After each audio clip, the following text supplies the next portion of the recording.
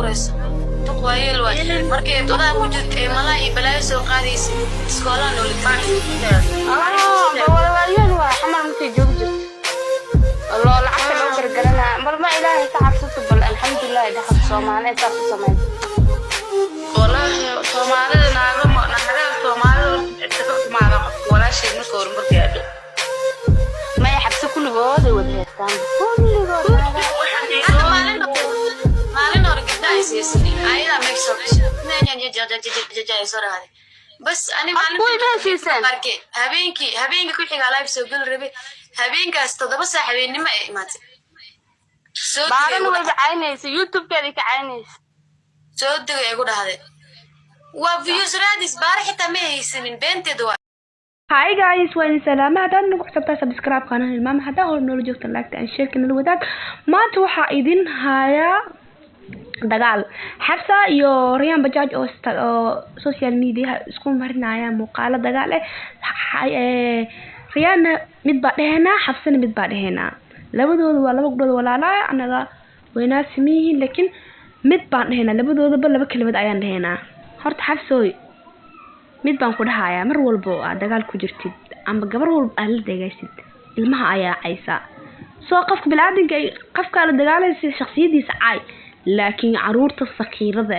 wax ay ka galabsadeen ma jirto inaad aad caruurtan saan waal waayay way soo qaadatay saan waa la soo helaa caruurteeda ma darees adino xataa caayeen kala ma taqaanid caruurta aan ahayn waxaas waa ku ceeb siiba naagaha Soomaalida wax kala yaabay qafka caynaysid asaga kaligiis caay maxaa waalidkiisa loo gaaraa Soomaalida naagtiya nimanka xataa gawraal wiil ninka aabiisa weydiisa la caynaa familkiisa qabiil loo kala orda maxaa qafka asdagaashay asaga kaligiis caay saybiso ku saabsantahay inuu giriiska saqiirka waxba kaama galabsan inay cayso horta qalad ay ku taa naagtaas waa cay karta naaga iska taadin laakiin mar walba wax ku arkay ilmaha ayaa caysa baarana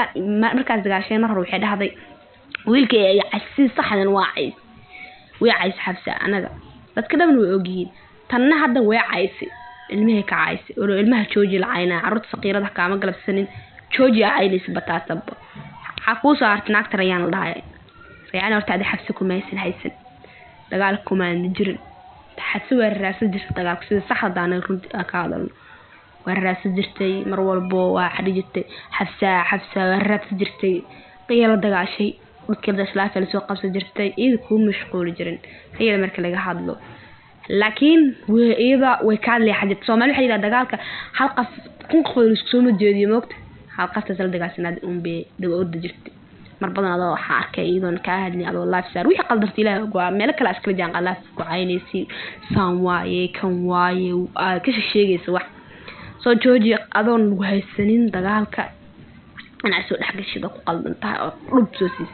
soo hooya taa ilmahaaga iska hayso naagtaas xabsaane waxaan dhihi lahaa caruuraha caynaysa ha joojiyaan